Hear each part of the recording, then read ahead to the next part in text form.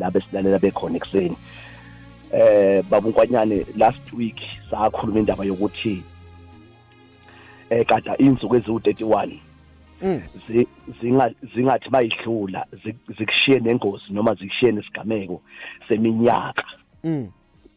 Kodwa namhlanje Baba Nkwanyane ngiyathanda mfethu ukuthi sike sikhulume nomlaleli wethu ukuthi einsukwini zimbalo idlule besi celebrate i-reconciliation day. Yes. Usuku lokubuyisana. Ngiyathanda mfethu ukudlula kancane kulokho sike sixoxe nje kancane nomlaleli. Yeah. Ukuthi bekusuku olukhulu usuku lokubuyisana. Yeah. Ngiyathanda ukuthi sisaqeda ukucelebrate usuku lokubuyisana ake uyingcenge ungumlaleli uke uyingcenge nawe phela ukubuyisane nabakini ake ubuyisane nabafowenu. Yes. Ake ubuyisane nodadewenu awubuyisane nomndeni wakho. Yeah. Kubhlungu zikode ukuthandwa ngaphandle ujatshulelwe ngaphandle ujatshulele ngabangani bakho kodwa ungazwani nabantu bakini. Yes. Ayikho into ebhlungu zikode nje ukuthi uthando uzothandwe naseyinkonzweni uthande uzothandwe ngisho nangomakhelwane kodwa abakini awuzwani nabo. Bangaka abantu esibafakayo emafamilies kode abantu esingabazi kodwa sinabo abantu emakhaya abazihlobo zethu abangasebenzi. Yes. Kodwa asibafuni abakithi.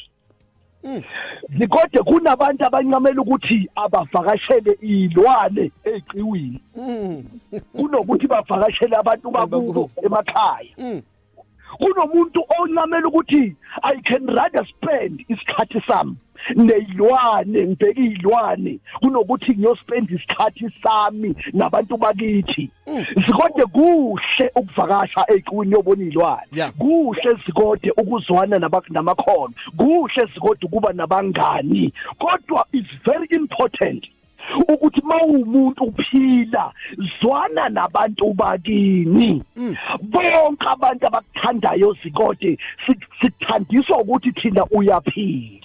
Kodwa mawungake uwe uthi cimphasi zikode siyaqalaza sibhekane sithi ubani owazaba kubo. Umuntu zikode simthanda mayephila uma ewa umuntu siqalaza bakubo sibuza bakubo ukuthi kuyiwa kubhekwa ngapi moya ngakubo ngoba umuntu mayesethule zikode udinga abantu bakubo. Noma ungahlala phezulu efletini zikode egatsheni eliphezulu kodwa asikho isidumbu zikode awukho umncwabo ophumele efletini. Noma zikode ungahamba ngo-number 7 angwazi number 7 laba usho ukuthi 1 kodwa ngengizolo bathi ngihamba ngo-number 7 awukho umncwabo zikode uphumela kulowo number 7 umncwabo uphumela ekhaya.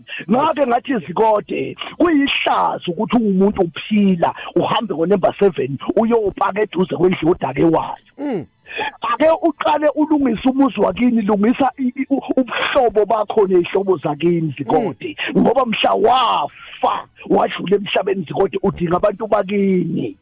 Ake wonke umuntu ngalo December zikode akakahamba umuntu ayehlobeni zakubo. Usubavakashela abangani siyabonga usuyile einkonzweni wawabona abakholwa siyabonga kodwa uDecember isikhathi sokuthi wonke umuntu akaye emndenini wakubo.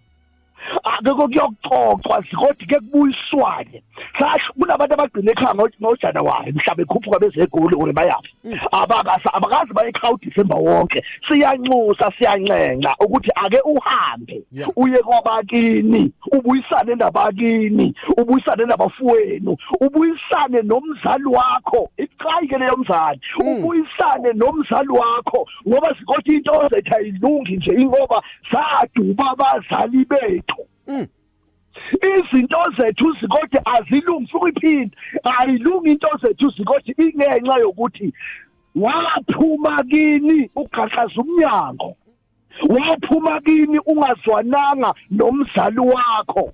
Umzali nje zikode ethule engashongo lutho ekubambela inhliziyo impilo yakho ishunqa uhamba.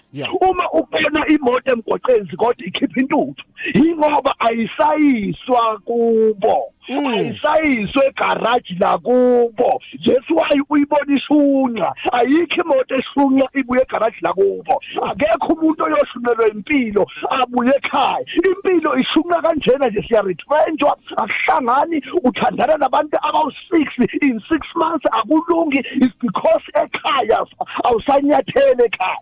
Siyanxusa, siyancenga, siyacela, siyakhothama ukuthi ake wonke umuntu ayekhaya. Nalento ukuthi mawuye ekhaya kodwa uyolala ku BNB ngakini.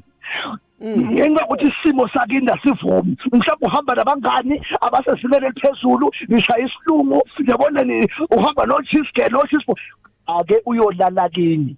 Noma ngabe kuthiwa kini sikode udlala phansi emhlabathini akukho ngisi floor, dlala phansi emhlabathini kini sikode. Uyothi mawubuya ubone ukuthi izinto zakho ziyoshintsha kanjani. Abafuna ukusixhuma sikode sikhona ku 07074 7999928 074 7999928. Sikhona na ku Facebook as Dumisani siphika Mngomezulu. Impilo iqala ekhaya futhi iphethe ekhaya. Noma ungaduka nezwe uyephi mhla wathula umncwabo uyophumela ekhaya kodwa lesizikona. Thank you very much Dumisani speaker Mngomezulu. Sibonene futhi next week on our last Sunday of 2021. Thank you. Thank you so much.